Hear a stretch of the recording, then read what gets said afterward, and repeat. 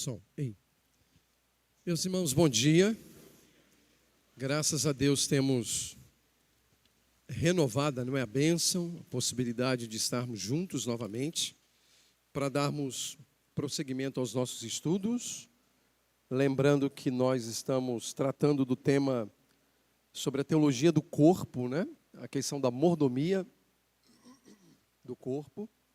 Então é o assunto que a gente está considerando, que a gente está de fato pensando, né, analisando.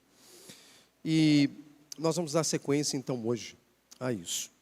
Gostaria de inicialmente orar com vocês, agradecendo a Deus pela bênção de estarmos aqui. Vamos orar?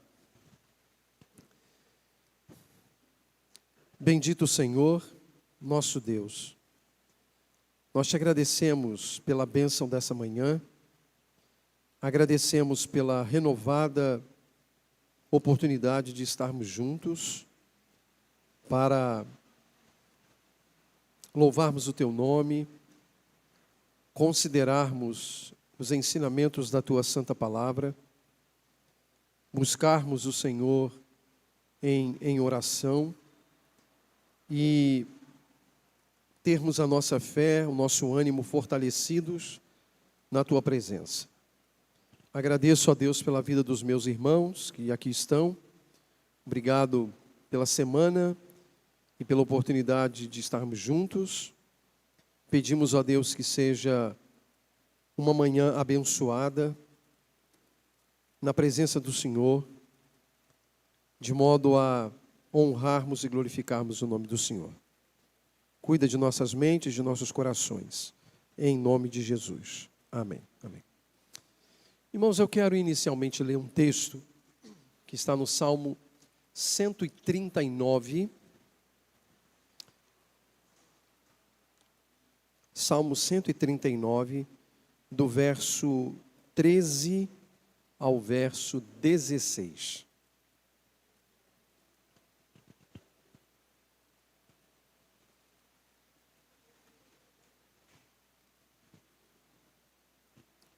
Salmo 139, do verso 13 ao verso 16. A palavra do Senhor nos diz assim: Tu criaste o íntimo do meu ser e me teceste no ventre de minha mãe. Eu te louvo porque me fizeste de modo especial e admirável. Tuas obras são maravilhosas. Digo isso com convicção. Meus ossos não estavam escondidos de ti, quando em secreto fui formado e entretecido como nas profundezas da terra. Os teus olhos viram o meu embrião. Todos os dias determinados para mim foram escritos no teu livro, antes de qualquer deles existir. Nessa manhã, nós vamos considerar o tema da singularidade, da nossa singularidade, como pessoas que foram criadas à imagem e à semelhança de Deus. E nessa singularidade, a gente vai pensar um pouco também na nossa individualidade, olhar um pouco mais especificamente para nós, do ponto de vista da individualidade, daquilo que nós verdadeiramente somos. Eu não sei você, mas, por exemplo, eu, nos últimos anos, não gastei muito tempo, acho que algumas poucas horas em vários anos, investigando um pouco da minha ascendência, não é? Então, visitar aí alguns sites de genealogias e fazer os levantamentos, descobrir detalhes sobre a família, e chegar até onde me foi possível chegar. No meu caso ali, final do século XVIII, início do século XIX, lá na Itália e também em Portugal. Faço isso, obviamente, por hobby, é uma coisa que eu gosto, mas também faço isso porque, de alguma maneira, a nossa ascendência ela comunica alguma coisa que diz respeito a nós, na nossa individualidade e até mesmo na nossa singularidade. Porque, embora nós tenhamos traços genéticos que trazemos ou que nos são comunicados pelos nossos ancestrais, pelos nossos pais, avós, bisavós e assim sucessivamente, fato é que não há e nunca houve uma pessoa igual a outra na face da Terra. Hoje nós somos 8 bilhões, mais ou menos, de habitantes no mundo. E apesar do número, ninguém é igual a uma outra pessoa. E se nós levantarmos aí os bilhões que já passaram pela Terra, mas não estão mais, e pudéssemos cruzar os dados, não haveria nesses bilhões de seres humanos quem fosse igual a uma outra pessoa. Isso mostra que Deus, na sua providência, na sua bondade, Ele nos faz seres individuais. Isso pode parecer óbvio, mas Ele nos faz seres individuais e singulares. E quando a gente pensa na questão da individualidade, existem alguns problemas que a gente precisa considerar. O primeiro problema diz respeito a estarmos eventualmente perdidos como pessoas singulares. Algumas pessoas, por exemplo, passam pela experiência de questionarem o propósito da existência delas no mundo. Ou questionamentos do tipo, será que se eu não existisse, faria diferença? Será que se eu não existisse, faria falta?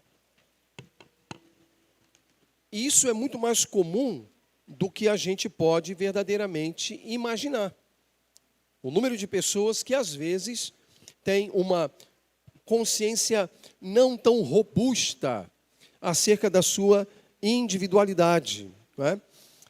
Essas pessoas é como se elas se perdessem numa multidão e ela não tivesse uma clareza sobre quem ela é individualmente. Um segundo problema é o extremo oposto. São aquelas pessoas que superestimam a sua individualidade. De alguma maneira, isso tem a ver com algum grau de presunção, de orgulho. São pessoas que se colocam sempre como melhor ou melhores que as outras pessoas. Ou por uma questão financeira, ou por uma questão de ascendência familiar. Enfim, pessoas que se colocam num grau de superioridade em relação aos demais. E isso pode ocorrer ou ocorre por um sem número de razões. É o homem que se coloca como alguém superior à mulher, é eventualmente um negro que se superestima em relação ao branco, ou o branco que se superestima em relação ao negro. Você tem a questão sexual, como já mencionei também. Existem, por exemplo, questões relacionadas até mesmo à religião, ao fato de que nós nos tornamos seres humanos melhores e superiores aos outros por causa da religião. Então a gente tem esse caso muito bem definido no contexto de mundo que a gente vive. Existe também um terceiro problema que é chamado de interseccionalidade. Esse problema ele tem a ver com a superioridade por causa de privilégios. Então, por exemplo, porque alguém conseguiu acessar uma boa escola, uma boa universidade, ele se coloca numa situação de superioridade em relação àquele que não teve essa possibilidade de estudar, por exemplo. Ou as questões que envolvem, por exemplo, ao fato de que alguém se julga superior ao outro por questões de etnia, né? Por questões étnicas, por exemplo. Nós temos uma das razões para a mortandade de judeus na Segunda Guerra Mundial, algo semelhante ao que está sendo dito, né? A superioridade da raça ariana em relação aos judeus, por exemplo, que desencadeou a morte ali de aproximadamente 6 milhões de judeus. Então, esse capítulo, ou esse tema que nós estamos abordando aqui, busca considerar essas questões relacionadas à nossa individualidade, à nossa singularidade como indivíduos, que foram criados, obviamente, à imagem e semelhança do Senhor. E existem algumas questões, por exemplo, que marcam a nossa singularidade e que não é ruim ou que não são ruins em si mesmas. Querem ver uma coisa? A questão étnica, por exemplo. Não vou falar aqui em raça, porque particularmente acho que raça não é a melhor palavra para ser utilizada no contexto dos seres humanos. Nós somos raça humana, é uma única raça. Nós não temos várias raças na humanidade. Temos uma única raça, mas nós temos muitas etnias. Etnias, sim, temos muitas etnias. E no campo da nossa individualidade, que envolve não apenas a personalidade, mas até a estrutura física, a questão corpórea, as etnias estão muitas vezes estampadas naquilo que nós somos. Então, quando você olha para alguém, por exemplo, quando você olha para uma pessoa, por exemplo, da Índia, pela tonalidade da cor, pela estrutura física, pela estrutura do rosto, você consegue dizer, olha, aquele rapaz ali ou aquela moça ali é indiana, ou se não é indiana, ela é descendente. Né? Você consegue, por exemplo, olhar para uma pessoa do Oriente, vamos dizer assim, do Oriente não próximo, mas distante, você consegue fazer uma distinção em saber, por exemplo, o que difere um coreano de um chinês e o que difere um chinês de um japonês. Todos eles têm o olho puxado, é verdade. Mas eles têm traços que você diz assim, esse aqui é coreano. E aquele ali é chinês.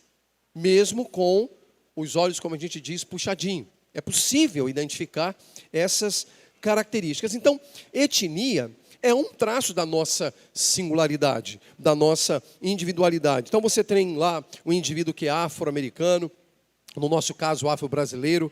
Você tem lá o indivíduo que, por exemplo, é oriental, o indivíduo que é europeu.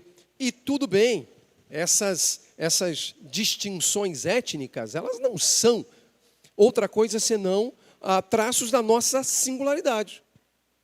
Da nossa singularidade. Daquilo que eu sou, daquilo que eu trago comigo por conta dos meus antepassados.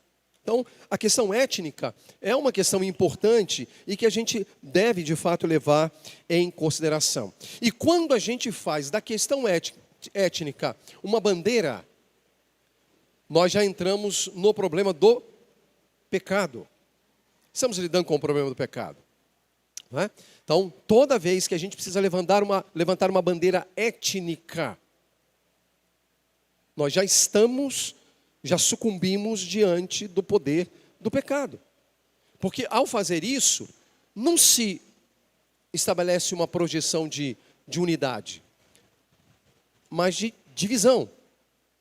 É só você olhar para a sociedade que a gente vive, a sociedade ocidental.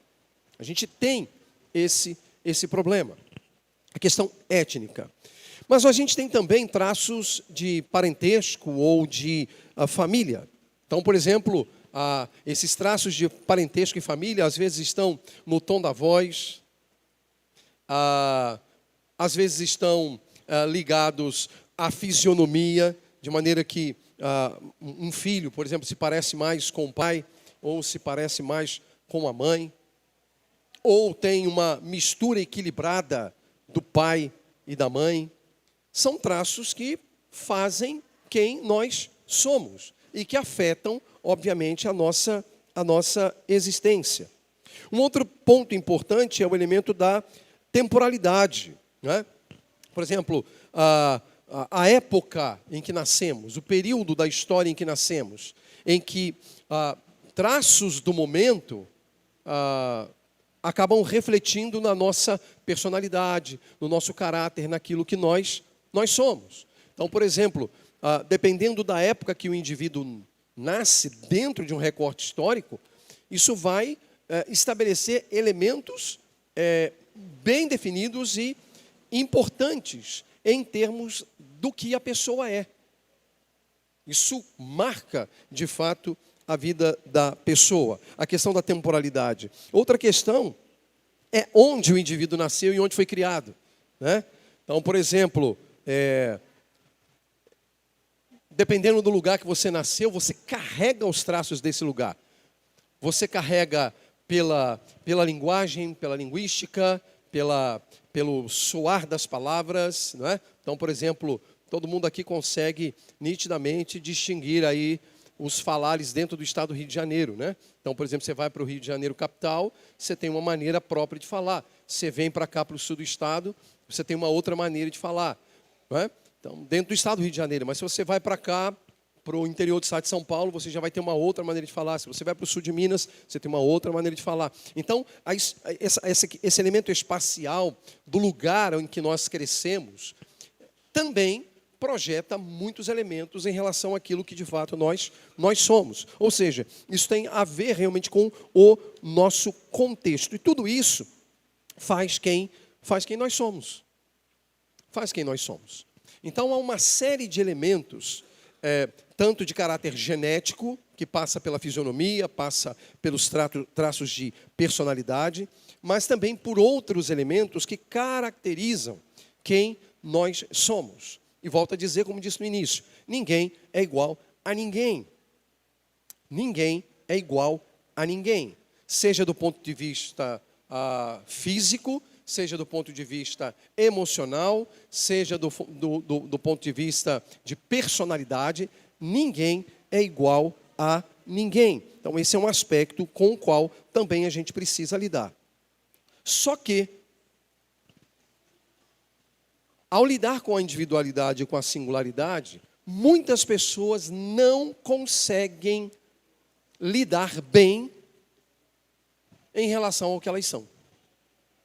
Seja por fisionomia, seja por personalidade, seja especificamente aparência, há muitas pessoas que não conseguem lidar com isso.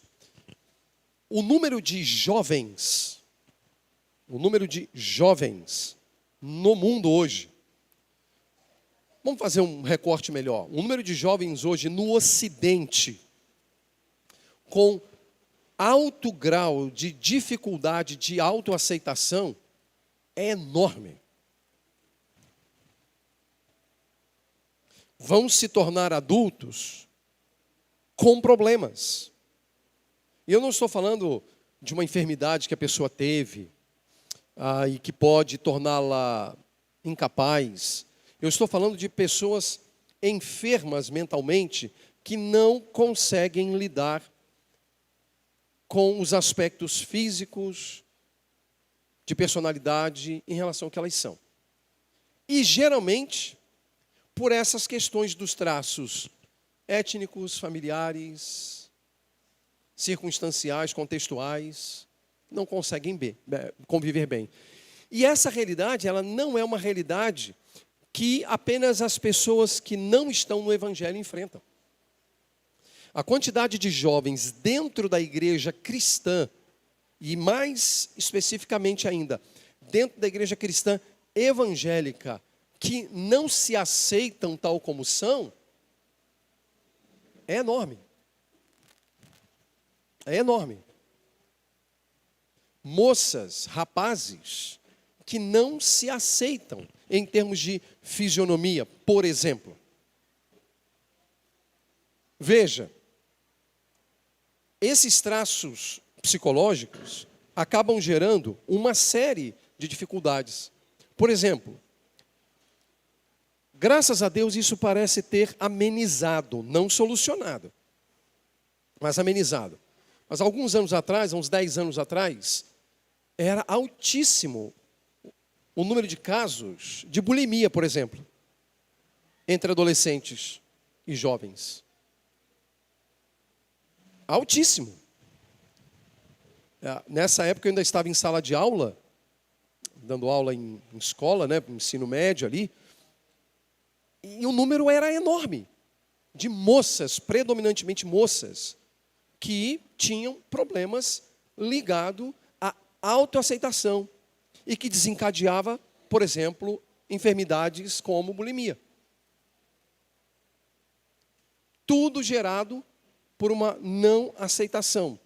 Não aceitação da cor da pele, não aceitação do cabelo, não aceitação do corpo, não aceitação da fisionomia, do rosto.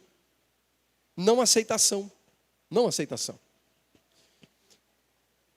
Aparentemente, porque eu estou fora de sala de aula, então eu já não vejo tanto mais isso, né? Mas aparentemente isso diminuiu, o que não significa que foi erradicado em relação a 10, 15 anos atrás, em que os casos eram numerosos. Eram numerosos. Artigos e mais artigos foram publicados para que psiquiatras, psicólogos, médicos buscassem alternativas para tratamento desse tipo de enfermidade. Mas a gente pode ir um pouco além. Você já percebeu que hoje um dos mercados que mais enriquece é o mercado estético? O que é o mercado estético, gente? É a não aceitação de alguma coisa. E eu não estou falando, por exemplo, de que a estética, esse mercado estético, não seja importante. Por exemplo, nós sabemos que para as mulheres, e aquelas que enfrentam dificuldades, por exemplo, com câncer de mama, e que precisam, por exemplo, fazer uma cirurgia, mastectomia, e sabendo que essa estrutura corpórea para a mulher é extremamente importante, a questão estética, através de uma cirurgia, tudo bem. Está tudo bem. Isso tem valor. Isso é importante. E não vamos condenar isso. Mas a maioria esmagadora nada tem a ver com isso.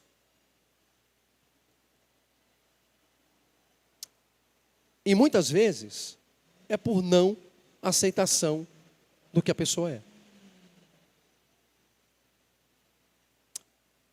Da maneira como Deus a fez.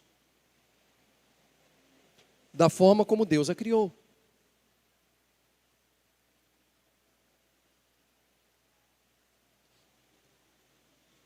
O mundo que a gente vive hoje é um mundo em que o elemento estético é oferecido como uma maneira de compensar questões não resolvidas, de caráter psicológico. E volto a dizer, eu não estou falando daquela mulher que precisa colocar ali, fazer uma cirurgia para solucionar esse problema, por exemplo, dos seus seios. Não é disso que eu estou falando. Isso é legítimo. Eu estou falando das coisas que acontecem por não se aceitar a pessoa, uma autoaceitação em relação ao que a pessoa é.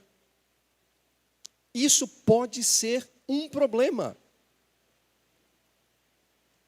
Só que quem pode responder isso é o coração da pessoa que faz.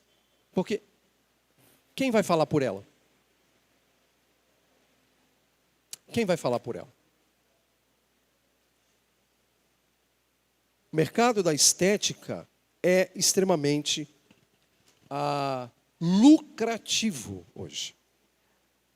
Extremamente lucrativo. Volta ao texto que a gente leu inicialmente.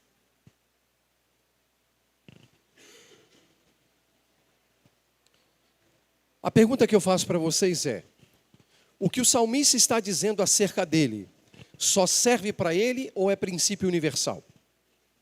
Leia, eu não vou ler, você vai ler, em silêncio aí. Salmo 139, versos de 13 a 16. Leia e responda para você. O que o salmista está dizendo acerca dele se aplica somente a ele ou é um princípio universal?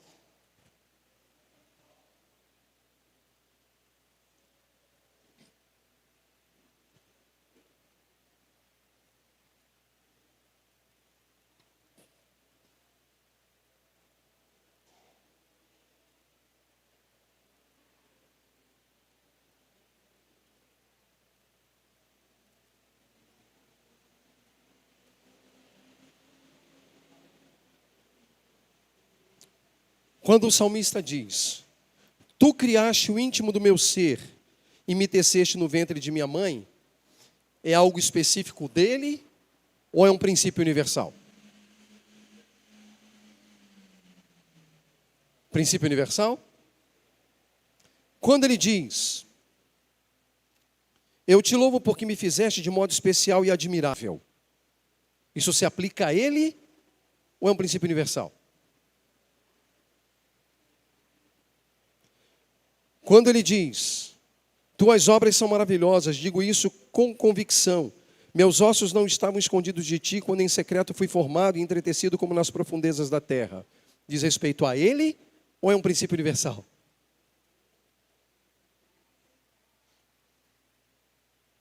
Os teus olhos viram o meu embrião, todos os dias determinados para mim foram escritos no teu livro antes de qualquer deles existir. É um princípio para ele ou é um princípio universal?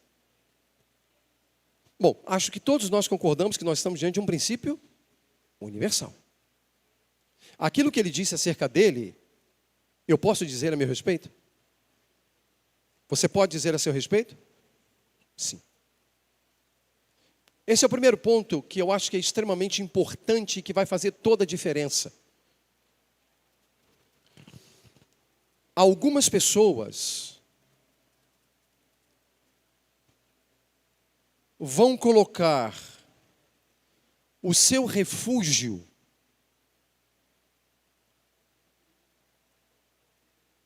na sua aparência ou na sua maneira de pensar.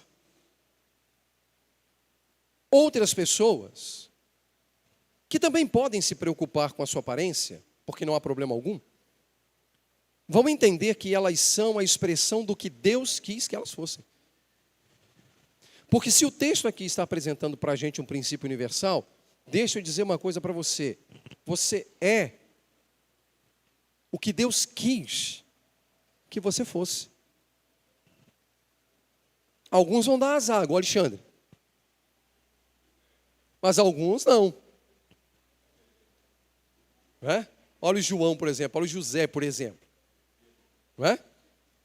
O fato é, minha gente, que eu sou quem Deus quis que eu fosse.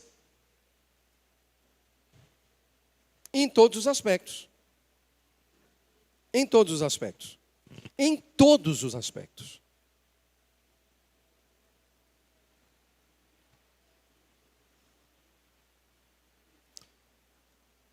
Há um princípio universal que se aplica a todos nós, que é o princípio que, no nosso caso, como nós estamos em Cristo, nós podemos olhar na direção de Deus e dizer assim: Senhor, tu criaste o íntimo do meu ser.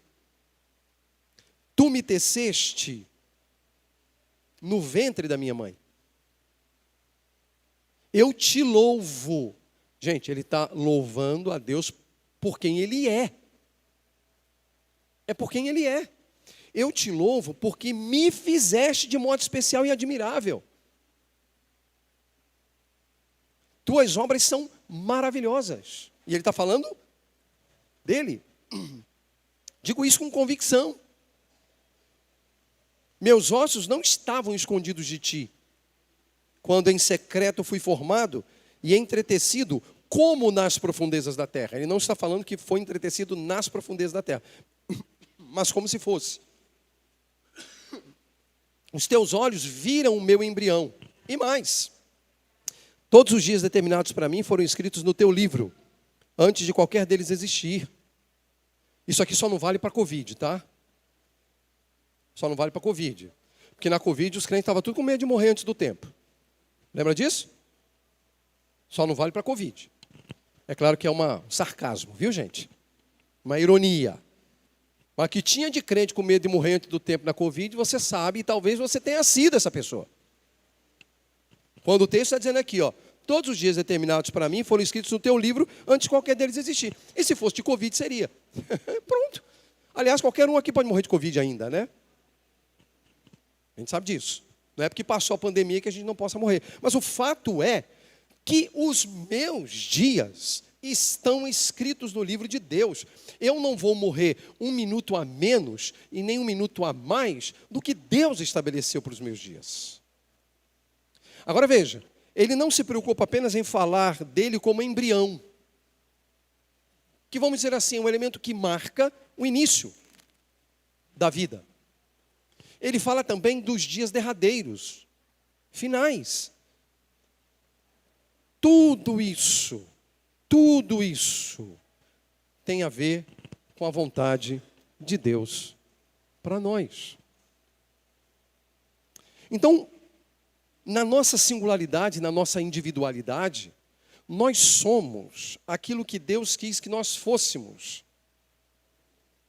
E considerando que Ele tem os nossos dias em suas mãos, e que Ele opera em todas as coisas para o cumprimento de sua santa vontade, todas as coisas que também me ocorreram, não como fruto do meu pecado, porque aí nesse caso nós vamos fazer uma distinção entre as más escolhas que nós fizemos na vida e sofremos as consequências dela, e as questões que dizem respeito à vida e que são carregadas e trazidas até nós, por exemplo, por questões genéticas. Questões genéticas. Então, por exemplo, eu tenho colesterol alto e carótida entupida porque herdei do meu pai. Ponto. Acabou. Não tem crise. Não tem crise. Deus me fez assim. Por que eu sei que Deus me fez assim? Porque Ele me fez filho do meu pai e da minha mãe. Então eu herdei deles. Então é simples assim.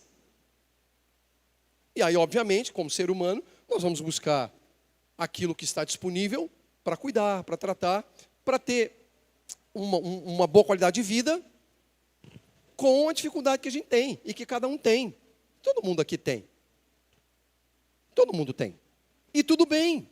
Sabe por que tudo bem? Porque nesse caso aqui, assim como o salmista estava nas mãos do Senhor, nós também estamos nas mãos do Senhor.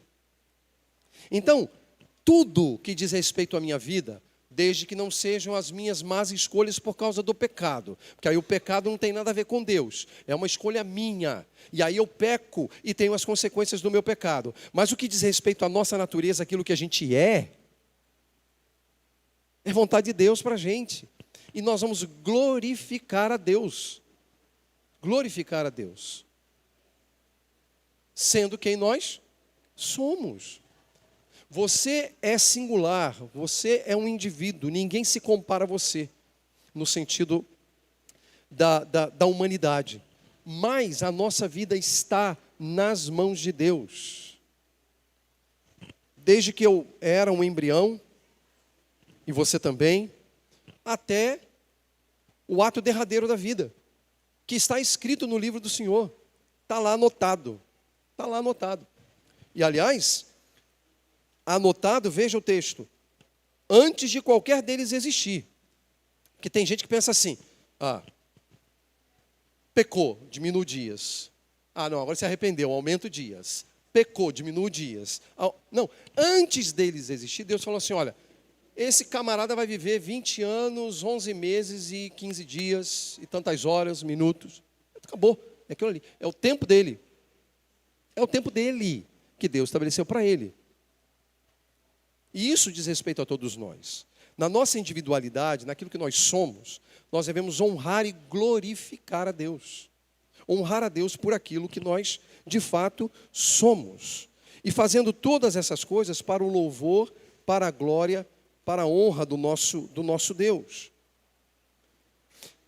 E considerando, já caminhando para o final, e considerando que a obra redentora de Deus, a obra redentora de Deus, ela é também restauradora, e eu vou fazer alusão aqui a um texto já, o nosso coração descansa, porque ainda que o nosso homem exterior se corrompa, não foi isso que Paulo diz? O homem exterior ele se corrompa, no sentido não de corrupção moral, mas corrupção no sentido do corpo se deteriorando à medida que o tempo passa, as células morrendo à medida que o tempo passa, perdendo as nossas forças à medida que o tempo passa. Ou seja, o nosso homem exterior ele se corrompe, ou mesmo que ele se corrompa, o interior faz o quê? Ele se renova. Por causa do Evangelho. Então o corpo vai deteriorando. Nós estamos deteriorando. Eu estou em processo de deteriorização, gente. Como qualquer um. E ó, se você passou de 35, você já está ladeira abaixo. É 70, 80. Ok? Estão rindo? 35, 40 é ladeira abaixo. Você já está ladeira abaixo. Você não está em alta velocidade como eu. Porque você sabe, né? Se você solta uma bola lá no pico do morro para ela descer, ela começa lenta, mas à medida que o tempo passa, ela acelera. Eu estou acelerado. Você está começando a descer, mas vai acelerar também. Oi? Você está mais que eu. Você está na minha frente, ó, há muito tempo. Não é? Então veja, nós estamos acelerados, nós já estamos ladeira abaixo. Não é o que a Bíblia diz? 70, 80, o que passa disso é canseiro enfado. Então a média é 35, 40. É ladeira abaixo, gente. A gente já começa. Chega aos 40, né? O pessoal tinha até, antigamente fazia aquela piada dos enta, né? Que aí é ladeira abaixo, gente. É ladeira abaixo. E a gente não vai viver para sempre. Porque às vezes eu tenho a sensação, Abner, meu filho, que tem gente que acha que vai viver eternamente. Que não vai adoecer. Que não vai ter problema. Gente, da ladeira abaixo. Essa é a vida é assim. Só que nós, como eu falei, fomos redimidos por Cristo. E nós temos a certeza de restauração, aqui nessa vida e na vida futura. Por que eu digo aqui nessa vida? Você lembra a condição que Jesus encontrou o endemoniado de Gadara? Você lembra? Vamos lembrar algumas coisas, como é que ele estava lá. Primeiro, ele vivia no cemitério. Correto? Segundo, ele vivia no cemitério nu. Nu. Terceiro, ele vivia no cemitério nu e se cortava com pedras. Quarto, vivia no cemitério nu, se cortava com pedra, ninguém queria se relacionar com ele. Como é que se relaciona com um indivíduo desse? Não dá. Não dá. Pois Jesus atravessa o mar, vai para as bandas de Gadara, e ele encontra lá o gadareno. Pode ser Gerasa também, Gerazeno, os dois estão corretos. Ele encontra o gadareno. Ele expulsa os demônios do gadareno. E o que o texto bíblico diz, ou passa a dizer sobre a condição desse jovem? Ele é encontrado, quando o povo da cidade vai ver o que aconteceu, ele é encontrado sentado, vestido, em sã consciência, querendo ir atrás de Jesus. Senhor, deixa eu ser um seguidor teu. Jesus fala assim, não, volta para a sua casa, para os seus, e anuncia o que Deus fez. Deus restaurou ele na sua totalidade e restaurou os relacionamentos dele com a sociedade, com a família e com Deus, com o próprio Deus. Nessa vida. Ele não precisou esperar a eternidade. Nessa vida. E é o que Deus faz. É o que Deus faz. O Evangelho, ele restaura nesta vida. Só que por causa do pecado, nós estamos, à medida que o tempo passa, não é? Morrendo. Mas vai chegar também a hora que a nossa individualidade, sem pecado, sem maldade, sem transgressão, sem iniquidade, sem células morrendo, a gente vai ser ressurreto e a gente vai viver eternamente na presença do Senhor. Essa é a realidade. A nossa individualidade preservada, mantida pelo próprio Deus. Então, irmãos, nós podemos e nós devemos honrar a Deus pelo que nós somos. Honre a Deus pelo que você é, pela maneira como Deus te fez, a forma como Deus te fez, na sua bondade, na sua graça. Ele nos entreteceu no ventre materno. Ele viu quando nós éramos embriões. Ele escreveu no seu livro o número dos nossos dias, dos meus dias. E não tem jeito. Não tem jeito. Então veja, nós podemos e devemos louvar a Deus pelo que nós somos. Agora veja, nós somos pecadores, correto, Celina? Nós somos pecadores. Nós somos pecadores. Eventualmente, pode ser que essas questões que nós estamos considerando aqui, embora nós saibamos disso aqui, vai chegar um momento que de repente você vai olhar no espelho, você não vai gostar do que você vai ver. E eu estou falando em termos de fisionomia, ou em termos de personalidade. E entenda, se isso vier a acontecer, entenda que isso nada tem a ver com a maneira como Deus te vê. Isso tem a ver com a maneira como você se vê usando as suas lentes, usando os seus óculos. Não tem nada a ver com Deus. Porque Deus, uma vez que Ele nos criou, Ele nos fez, Ele está satisfeito. Não com o nosso pecado, mas com quem eu sou. No sentido da minha fisionomia, da minha estrutura, daquilo que eu sou, como indivíduo. Porque foi Ele quem te fez. Ele quem te fez. Para cumprir propósitos. Para a glória dEle. Para a glória dEle. Então a gente precisa considerar essas questões, honrar a Deus com essas questões, valorizar a nossa individualidade na medida certa. Nem cometendo o pecado de que eu sou um pobre coitado por causa da cor da minha pele. Ou eu sou um pobre coitado por causa do meu cabelo. E, gente, isso é muito louco, porque você tem branco que reclama de ser branco, que tem negro que reclama de ser negro. Tem gente com cabelo liso que reclama do cabelo liso. Tem gente que tem cabelo crespo e reclama do cabelo... Ninguém está satisfeito com nada. Ninguém.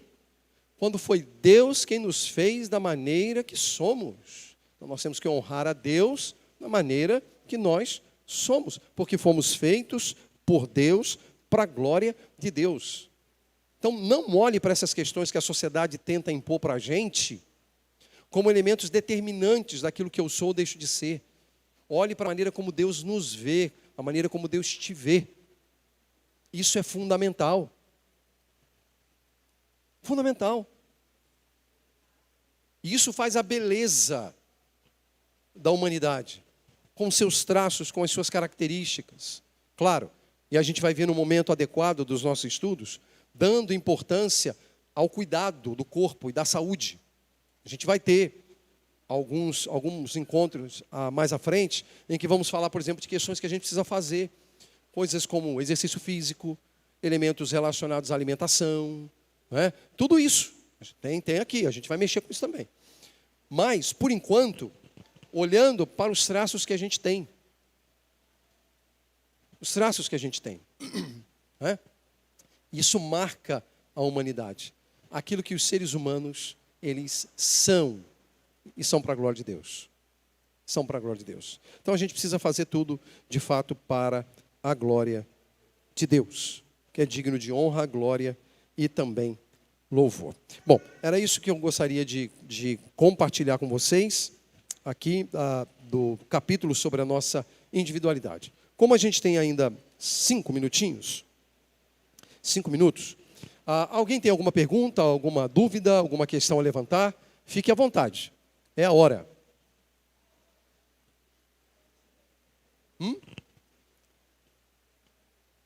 Nenhuma pergunta?